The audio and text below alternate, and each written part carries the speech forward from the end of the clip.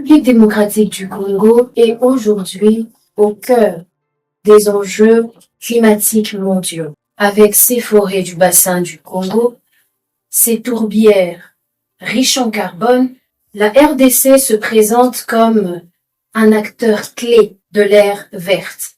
Mais derrière les discours de crédit carbone aujourd'hui, de la transition économique verte, des questions se posent. Que gagne réellement la RDC derrière cette nouvelle économie? Que gagne réellement? Est-ce que la communauté locale, les communautés locales bénéficient-elles réellement des richesses issues du carbone et des richesses naturelles? Et surtout, comment transformer cette opportunité écologique en un véritable développement économique et social? Sur ce, nous recevons un invité spécial avec qui nous discuterons sur un sujet qui tient debout aujourd'hui. Bonjour, cher professeur. Bonjour, madame. Bonjour, chers téléspectateurs. Vous qui nous suivez et qui voudraient en savoir plus sur l'économie, vous êtes sur l'émission Cœur de l'économie.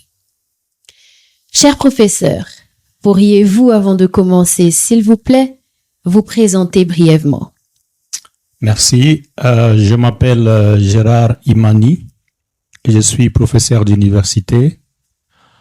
J'enseigne à l'université officielle de Bukavu, à l'est de la République démocratique du Congo. Je suis aussi consultant dans le domaine de la gouvernance forestière et je travaille dans les secteurs de forêt et de, comme je disais tout à l'heure, de gouvernance des ressources naturelles de manière générale. Merci, professeur, cher expert. Alors, nous rentrons directement dans le vif du sujet. Dites-nous un peu, on entend parler de crédit carbone. C'est quoi les crédits carbone? Ça, c'est une question très compliquée parce que, effectivement, crédit carbone, ça, les gens ne se retrouvent pas toujours. Je voudrais commencer par expliquer d'abord c'est quoi le carbone avant de parler de crédit carbone. Nos écosystèmes, quand je dis nos écosystèmes, je regarde les écosystèmes forestiers, mais pas que. Même les écosystèmes savanicoles aussi peuvent avoir ces potentiels. Donc les écosystèmes forestiers, à travers les arbres, ils arrivent à absorber le CO2 qui est dans l'atmosphère et à accumuler ça sous forme de la masse qu'on appelle la biomasse. Et cette masse, en fait, est constituée de carbone, comme pour tous les êtres vivants. Et c'est ce carbone-là, en fait, qui est l'élément principal, parce que le carbone, comme vous le savez, c'est l'élément principal des êtres vivants, mais c'est aussi parmi les éléments qu'on appelle des gaz à effet de serre. En termes de CO2, dans l'atmosphère, ça constitue un des gaz à effet de serre. Et le forêt arrive à absorber ces carbones-là et à l'emmagasiner sous forme de biomasse, sous forme de poids, on va dire, en français facile. Et c'est ces carbones qu'il est question ici. Et donc, on l'appelle crédit en un certain moment. Alors, c'est quoi les crédits? Les crédits, c'est en fait un certificat qui représente une tonne, l'équivalent d'une tonne de carbone emmagasiné par les arbres, ou alors éviter en termes d'émissions évitées, ou même en termes de capacité d'absorption, pas que pour les arbres, mais pour les autres écosystèmes qui peuvent avoir cette capacité d'absorber le CO2. En bref, s'il faut le dire vraiment en bref, c'est quoi les crédits carbone? Le crédit carbone, c'est un certificat qui équivaut à une tonne de CO2 emmagasiné ou évité d'être émise. Ah, d'accord. Et pourquoi est-ce que c'est une raison pour laquelle le monde s'intéresse aujourd'hui aux forêts de la RDC? Et en vrai, pourquoi les gens s'intéressent tant aux forêts de la RDC? Je pense qu'il y a deux raisons principales. La première, c'est la superficie. Les forêts de la RDC, comme vous le savez, représentent une superficie importante. On parle de 60% des forêts du bassin du Congo. On parle des estimations à là jusqu'à 70 millions d'hectares de forêt. Donc, c'est énorme en termes de superficie. Ça, c'est un. Des deux, en termes du contenu. Donc, nos forêts sont diversifiées et donc on retrouve plusieurs types d'écosystèmes au sein même de nos forêts, dont les mangroves, les tourbières, qui sont aussi des zones qu'on retrouve en forêt généralement et qui séquestrent aussi d'importantes quantités de carbone. Donc, au-delà des arbres, les tourbières, donc nos forêts se positionnent dans ce sens-là comme vraiment un potentiel énorme pour le monde en termes de régulation du climat. Ok. Est-ce que ça donne raison à tous ceux qui disent que la RDC est un pays solution? Effectivement, la RDC c'est un pays solution sur le plan climatique avec ses potentiels de séquestration de quantités énormes de carbone à travers les écosystèmes forestiers. Ok. Et est-ce qu'il y a une différence entre transition énergétique et transition économique verte? Les deux concepts sont d'abord différents, je veux dire. Transition énergétique, c'est aussi le contenu, c'est quoi en fait? C'est que le pays développé, qu'on appelle aujourd'hui les pays développés, ont utilisé l'énergie pour pouvoir se développer. L'énergie utilisée, c'est généralement de l'énergie qui n'est pas propre. Donc, on va utiliser ce qu'on appelle l'énergie non renouvelable et c'est qui a une conséquence sur la planète en termes d'émissions. Et donc, pour que le monde arrive à faire face au changement climatique, on doit réduire nos émissions à travers l'utilisation des énergies non renouvelables. Et la transition, effectivement, c'est celle-là. Donc, c'est de quitter l'usage de l'énergie non renouvelable pour aller vers l'usage de l'énergie renouvelable. Et l'énergie renouvelable, c'est l'énergie qui vient de nos ressources naturelles, donc des ressources renouvelables, comme l'eau. Ça, c'est de l'énergie renouvelable, comme la biomasse, évidemment, à une certaine mesure. C'est des ressources renouvelables. Et donc, on veut aller vers ces sources-là qui sont renouvelables et qui n'ont pas beaucoup de conséquences sur les émissions. Alors, l'économie verte, c'est aussi un concept très globalisant. C'est un concept qui touche à la fois l'environnement, l'économie et le social. Donc, c'est un concept de développement durable qui veut tout simplement dire qu'on doit développer nos pays, nos villes, avec l'utilisation des ressources naturelles, mais pour le bien des communautés. Je peux vraiment le dire comme ça pour bien expliquer les contenus du concept d'économie verte. Ah, d'accord. Merci beaucoup de nous avoir aidé à faire un peu cette différence parce que parfois on se trouve un peu perdu dans les deux concepts. Alors, est-ce que, parlant des crédits carbone, est-ce qu'ils peuvent réellement devenir une source importante de revenus pour la RDC? Bien sûr, bien sûr. Nous avons un potentiel énorme en République démocratique du Congo. Les études parlent d'une estimation allant entre 250 à 400 milliards de dollars par an mobilisés, qui seraient mobilisés à partir de nos ressources, à partir des services que les écosystèmes offrent. Et donc, c'est quand même des ressources importantes. Évidemment, il faut derrière ça une capacité d'évaluation de nos potentiels. Il faut derrière ça une planification de mobilisation des ressources.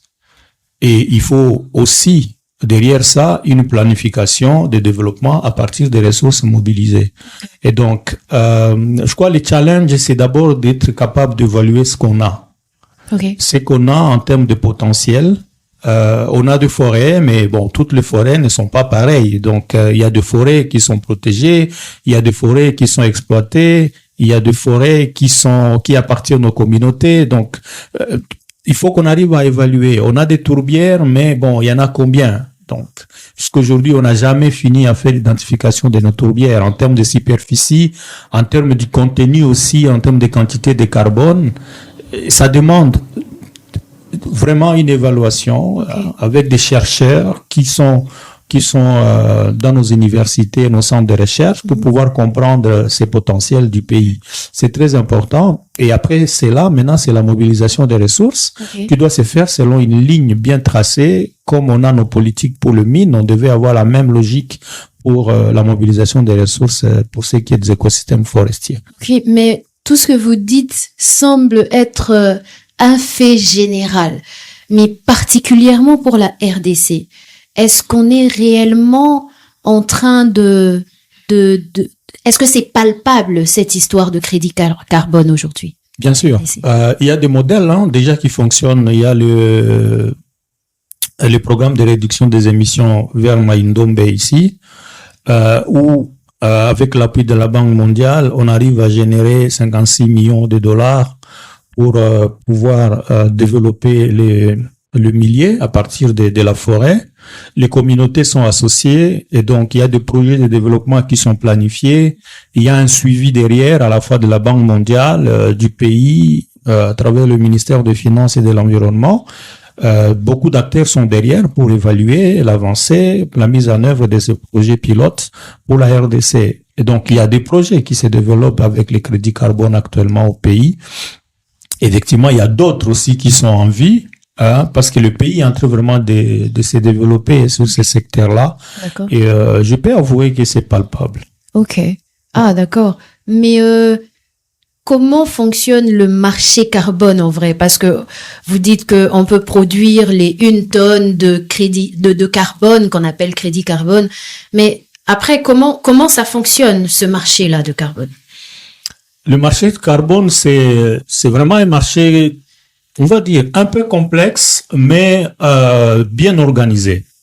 Donc, il y a généralement des catégories de marchés. Il y a le marché réglementaire, qui sont des marchés développés par les États pour dire, voilà, chaque État ou chaque entreprise au sein d'un État doit respecter un certain niveau d'émissions. Et si vous dépassez, vous devez payer. Donc, ça, c'est le marché réglementaire. Après, il y a le marché volontaire où des entreprises privées peuvent se dire, OK, nous avons émis avec nos activités et nous voulons compenser ces émissions-là en achetant des crédits carbone là où il y a des projets qui arrivent à avoir des crédits carbone.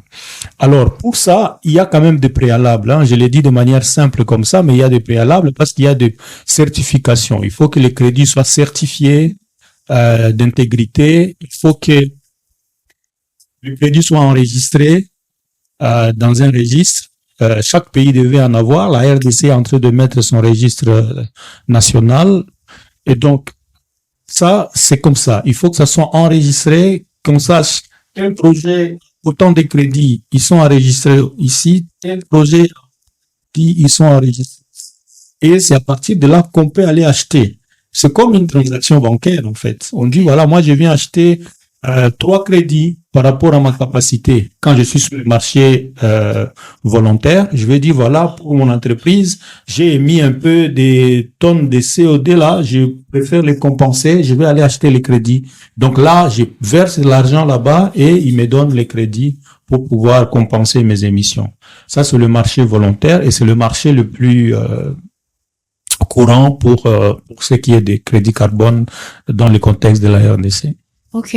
Mais dans ce que vous dites, je retiens qu'il y a des acteurs qui doivent absolument jouer pour que ces crédits soient valorisés tant dans le pays qu'à l'extérieur du pays. Mais est-ce que les efforts que ces acteurs, d'abord, qui sont vraiment ces acteurs, et après, est-ce que ces acteurs sont vraiment bénéficiaires de ces crédits carbone? Les acteurs, je vous laisse séparer les choses. D'abord, il y a les institutions qui doivent être impliquées à différents niveaux. Par exemple, l'enregistrement, à partir d'un registre d'enregistrement, ça c'est une institution qui doit être là et qui doit exister. Par exemple, une institution de régulation du marché qui doit exister. Il y a des institutions qui doivent exister pour pouvoir évaluer les crédits. Est-ce qu'il y a les crédits et les certifier à l'international pour dire, voilà, c'est vraiment du crédit carbone certifié. Est-ce que ça existe? déjà. Je vais y arriver. Ok. Et le troisième niveau, c'est des institutions qui doivent exister pour dire, voilà, on a enregistré nos crédits, on arrive à mobiliser les ressources, il faut les investir dans le développement. Au premier niveau d'évaluation, je peux dire que la RDC est avancée parce qu'il existe une structure actuellement au niveau du ministère de l'Environnement, une direction d'inventaire qu'on appelle la DIAF, qui a déjà une capacité à pouvoir évaluer les crédits carbone. Ils ont déjà de l'expérience avec l'Université de Maryland et ils arrivent à faire l'évaluation des crédits carbone et à les certifier à l'international. Okay. Cette capacité, cette expertise existe, mais est-ce qu'elle est suffisante? Évidemment que non, il faut renforcer l'expertise. Okay. Le deuxième niveau, est-ce qu'il y a déjà une régulation de l'enregistrement de mes crédits et tout ça? C'est un processus qui est actuellement en cours en RDC avec la mise en place de la ARMCA, qui est une institution de régulation du marché et qui va permettre effectivement qu'on ait un registre national et qu'on arrive à enregistrer les crédits. Le troisième niveau, est-ce qu'il y a des structures qui nous permettent de pouvoir, sur base des ressources mobilisées, planifier le développement? Bien sûr que les modèles existent en RDC. Et un des modèles, c'est le Fonds national RED, qui est une structure qui travaille depuis 2018 et qui arrive à disposer des organes de gouvernance qui lui permettent de planifier le projet dans les différents piliers qui réduisent la déforestation en RDC, notamment l'énergie, la forêt, l'agriculture, donc les différents modèles de déforestation, où on essaie un peu d'avoir des programmes pour réduire la perte de forêt en RDC. Donc, ce genre de structure existe, mais c'est maintenant un niveau de coordination, un niveau de planification nationale qui doit être renforcé pour que on arrive à faire. Je reviens sur les acteurs. Donc là, je parlais des institutions. Maintenant, qui doivent bénéficier? Effectivement, qui doivent bénéficier, ce sont les communautés locales. Et là, c'est le niveau de planification de développement. C'est les communautés locales qui doivent maintenant bénéficier des crédits mobilisés pour dire, voilà, s'il y a des projets d'agriculture, c'est eux qui doivent bénéficier. S'il y a des projets de développement d'énergie, c'est eux qui doivent bénéficier par rapport à leur capacité à réduire la perte de forêt. Ok. Ah, c'est très clair. Merci, professeur. Mais les crédits carbone sont produits. Qui achète ces crédits carbone aujourd'hui, si c'est sur le marché? Comme je disais tout à l'heure, il y a le marché volontaire où les entreprises, je vous donne l'exemple de la Banque mondiale, qui a acheté les crédits de Maïndombe. Et c'est pareil, il y a des structures, il y a des institutions qui achètent. Je connais des projets comme avec Shell qui est une entreprise pétrolière, qui achète les crédits. Il a acheté les crédits dans un pays comme le Burundi, à partir d'un projet d'énergie. Donc, le projet consistait à vulgariser ce qu'on appelle les briquettes, dans les camps militaires et de réfugiés. Et ça a permis de réduire beaucoup d'hectares de forêt, d'éviter la déforestation. Et Shell est venu pour demander d'acheter ces crédits-là pour ces pays. Donc la RDC aussi pareil, il y a la Banque mondiale, il y a d'autres acteurs qui cherchent les crédits carbone et qui peuvent acheter. Ah, donc la Banque mondiale s'est déjà engagée pour acheter des crédits de la RDC. Oui, la Banque mondiale a acheté les crédits de Maïndombe. Ah, mais ça, c'est super, c'est une bonne nouvelle. Donc, ça veut dire que les choses avancent plutôt bien du côté crédit carbone, projet crédit carbone avec la RDC. Oui. On n'est pas vraiment, on est en train d'avancer, mais on n'est pas à zéro. Ah, oui. Super. Alors, dites-moi un peu, comment éviter que cette économie verte profite uniquement aux multinationales, vous m'avez parlé de Shell, ou aux pays riches uniquement? Comment faire pour que ça contribue même aux derniers acteurs? C'est le niveau de planification des gouvernances. Vous savez, c'est comme si on parlerait des minéraux aussi. Comment faire pour que le minerai qui dispose de la RDC profite à tout le monde? Il faut déjà un niveau de gouvernance avancé, sérieux. Il faut une distribution équitable de nos ressources. Il faut le sérieux dans ce sens-là. Donc, le pays, au-delà de mobiliser, doit être aussi capable d'assurer une équité dans la distribution des revenus. Donc ça, c'est quand même un aspect important et qui doit être analysé. Comme ça va être des ressources additionnelles à nos ressources naturelles, comme les minéraux, les forêts aussi vont commencer à mobiliser de l'argent. Donc il faut vraiment qu'on arrive à améliorer notre gouvernance pour que ça profite à toute la population. Il n'y a toujours pas de plan pour ça parce que vous dites que c'est déjà concret, cette histoire de crédit carbone. Mais on dirait que vous parlez de la planification dans le futur. Il n'y a pas de plan pour eux. Alors, ça, c'est une bonne question. Je voulais dire qu'il y a beaucoup de choses à clarifier sur ces questions-là. Il existe d'abord un arrêté qui permet de répartir le revenu ici des projets carbone. Mais aujourd'hui, je pense que les réflexions vont au-delà de cet arrêté, parce que l'arrêté a été monté quand le pays n'avait pas encore tous les éléments possibles pour pouvoir comprendre le marché, parce que le marché aussi évolue. Oui. Le modèle de Mai-Ndombe que j'ai présenté tout à l'heure au niveau du pays, c'est un modèle qui a un plan de partage de bénéfices, où on définit clairement la part du gouvernement provincial, la part des communautés locales, la part qui doit aller dans les investissements pour pouvoir développer la province de Mai-Ndombe. Donc ça, c'est un plan de partage des bénéfices qui existe. Et qui n'est pas toujours comme ce que je disais, l'arrêté là qui a aussi qui définit aussi le plan de partage. Et donc sur ces points-là, c'est des réflexions qui doivent encore être approfondies au niveau du pays. Je parle par exemple du modèle de Fonds national RED qui arrive à mobiliser des financements dans le cadre des réductions de déforestation et qui les aligne sous le projet prioritaire à l'échelle du pays. Et ça se passe très bien. On sait, voilà, il y a tel endroit où il y a tel problème de déforestation, on va l'attaquer avec, par exemple, le projet d'agriculture, le projet de mise en défense, le projet de valorisation des savanes. Et donc, c'est des planifications. Et c'est à ce niveau-là que le pays doit renforcer ou alors capitaliser, ça c'est vraiment les termes, capitaliser toutes ces expériences-là pour pouvoir bien asseoir sa politique de développement sur base des ressources mobilisées. Oui. Dans votre plan de partage que vous venez de citer, on parle de gouvernement qui bénéficie et tout ça. Et vous avez parlé aussi des communautés locales et des peuples autochtones. Alors, c'est aux peuples autochtones de décider de leur de ce qu'ils vont faire des bénéfices reçus, ou bien c'est aux acteurs qui contrôlent le projet qui vont dire au peuple autochtone ce qu'ils doivent réellement gagner.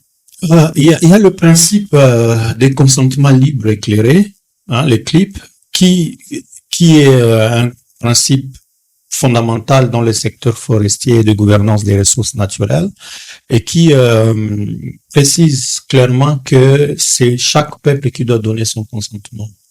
Et donc, le peuple autochtone doit décider de ce qu'ils veulent.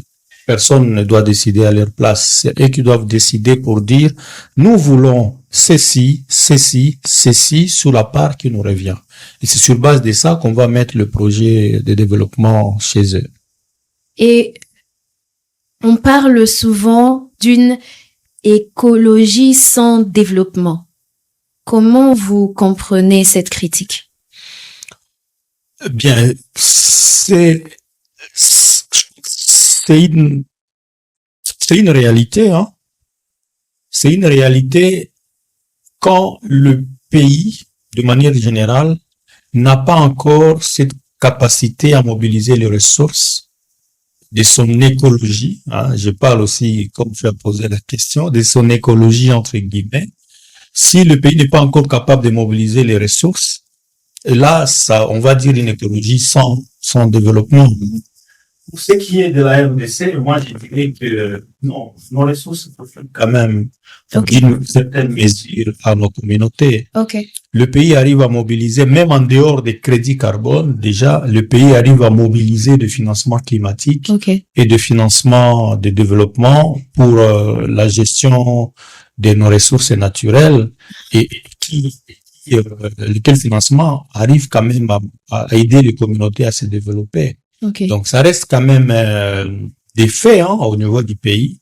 On ne peut pas dire que nos ressources sont là et ça ne nous profite pas comme il y avait l'adage là pour le Brésilien qui disait qu'ils ont dit nous on va couper partout et on va mettre les soja parce que ça va nous rapporter mieux que nos forêts ici.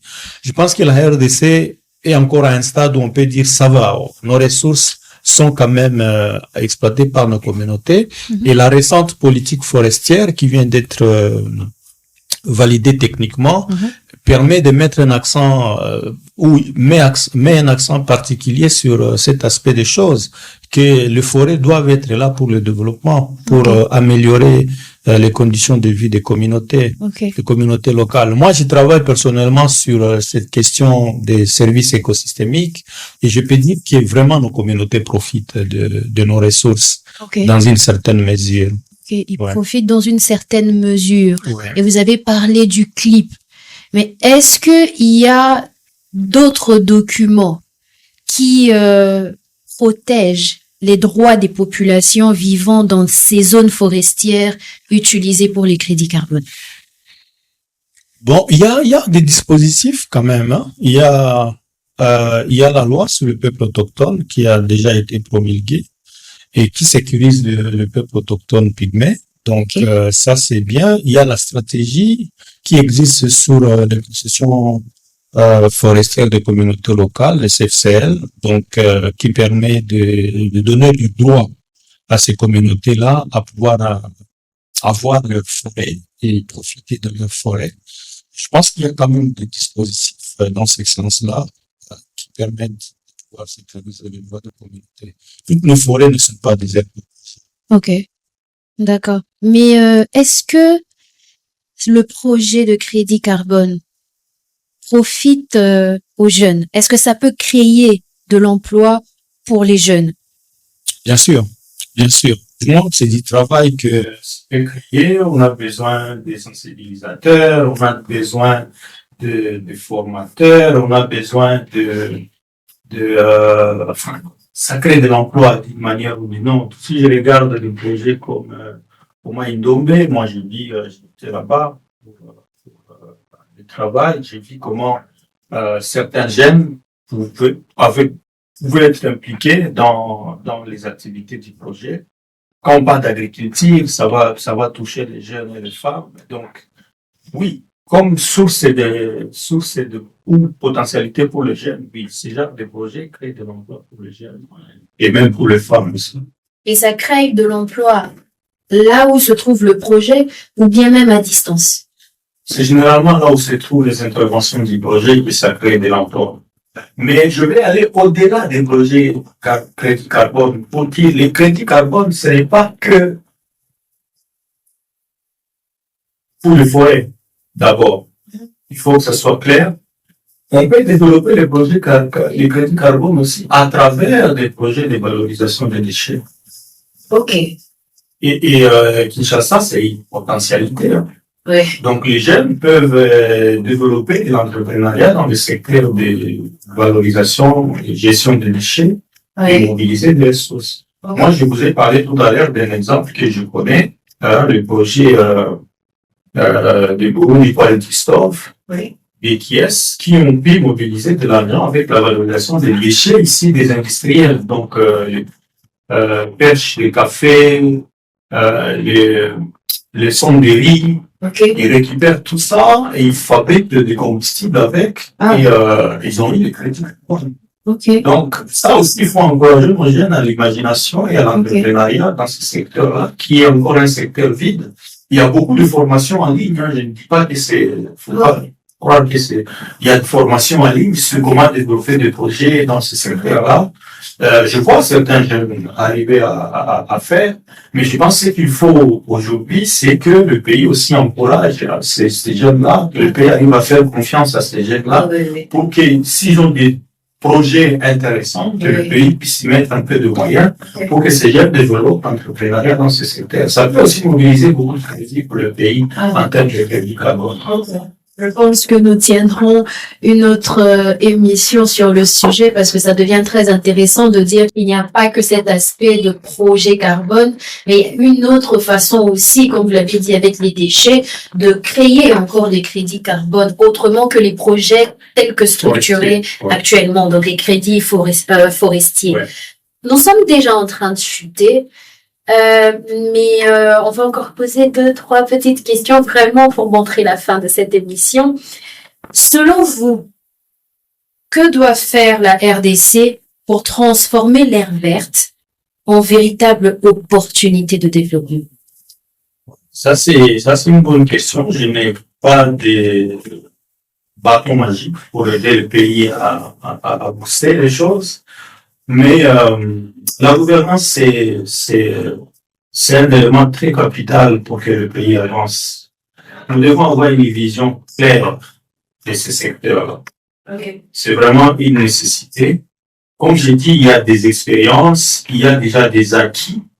Le pays devait capitaliser ces acquis-là. Il ne faut pas inventer les choses. Il ne faut pas chercher à créer de nouvelles choses, de nouveaux concepts, de nouvelles structures, alors que nous avons déjà une base qui permet de pouvoir renforcer les choses et clarifier les actions nécessaires. Et donc, ça, c'est vraiment un élément important, la gouvernance. Et cette gouvernance doit passer par la valorisation des acquis. Okay. Ce que nous avons en termes de suivi, des mesurages de ces crédits, ce que nous avons en termes de régulation du marché, ce que nous avons en termes d'investissement, nous devons valoriser ça pour mettre en place un mécanisme de gouvernance qui permet à ce que les crédits qui seront mobilisés puissent vraiment profiter aux communautés. Je pense que ça, c'est vraiment l'élément important que le pays doit mettre en place. Et qu'est-ce que la RDC dans tout ça, pays solution, peut manquer à ce tournant mondial de transition écologique? J'ai discuté récemment avec un ami qui m'a dit, écoute, déjà, la RDC peut passer à côté de ses potentiels, parce que si la RDC ne se positionne pas avec des programmes clairs, avec des projets clairs de mobilisation des ressources, avec des structures claires, fondées, solides, mais seulement des discours auprès des bailleurs, personne ne va nous donner des ressources, malgré nos potentiels. Ok? C'est comme, voilà, je me retiens, mais je voulais donner un exemple d'une très belle femme, mais qui manque de la réputation. Donc, c'est pareil, on a du potentiel, mais si on manque cette vision nationale de ce secteur qui nous permet de mobiliser à partir de projets clairs, on n'entend pas de l'extérieur, mais nous-mêmes d'abord, nous les avons, avec une vision bien dessinée, on va mobiliser les ressources. Et un ami m'a dit, comment on peut aller mettre l'institution de recherche selon le bassin du Congo dans un autre pays qui n'est pas la RDC et donner à la RDC seulement les secrétariats. Donc, de cette structure-là. Donc, c'est des défis. Tout ça, c'est des défis pour montrer que nous ne sommes pas bien positionnés. Okay. Pour pouvoir négocier, pour pouvoir mobiliser, voilà, le terme, pour pouvoir mobiliser les ressources par rapport à nos potentiels. Et pour se positionner, il faut une organisation interne. Et comme je l'ai dit, c'est la gouvernance qui doit passer par faire confiance à l'expérience déjà disponible au pays et renforcer ça pour pouvoir mettre des mécanismes solides de gouvernance. Ça, c'est quand même un aspect important. Ok. Mais quel est votre message à tous ces jeunes? Parce que c'est vraiment important aujourd'hui. Le monde de l'emploi en RDC est vraiment compliqué. Quel message passez-vous à ces jeunes face à cette opportunité d'économie verte en RDC? J'encourage les jeunes à se former. J'encourage les jeunes à se former sur les nouvelles thématiques. Se former, ce n'est pas aller à l'académie, aller à l'université, obtenir une licence dans ceci, un master dans cela, un PhD dans l'autre. Non. Se former, c'est aussi être capable de suivre des petites formations professionnelles, par exemple sur l'aspect de valorisation des déchets, comment monter un projet dans le secteur de valorisation des déchets, comment monter un projet de valorisation des produits forestiers non lignés. Hein, on a le miel, on a les champignons, on a je parle par exemple à l'Équateur ici, ils ont leur bière locale là, qui est très appréciée à l'extérieur du pays comme à l'intérieur, qui peut faire du vin. Et donc, les jeunes doivent avoir cette capacité à pouvoir avoir cette formation, à développer des petits projets d'entrepreneuriat dans le secteur vert pour pouvoir mobiliser des ressources.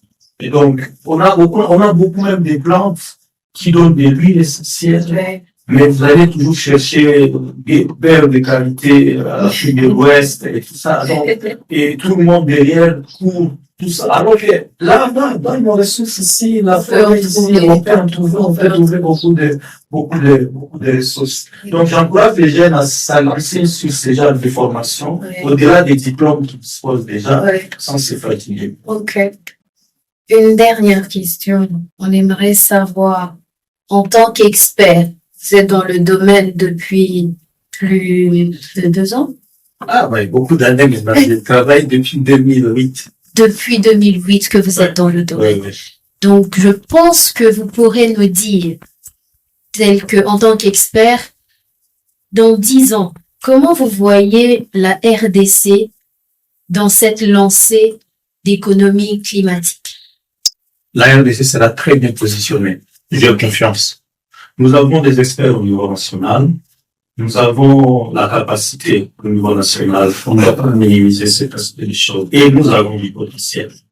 Et je crois à un développement du pays de manière générale. Je crois aux institutions fortes, à l'avenir pour la RDC. Je garde espoir. Je suis très sûr que nous serons très bien positionnés et on restera la référence. Pas que les slogans. Ah, ça, c'est encourageant. Merci beaucoup, professeur.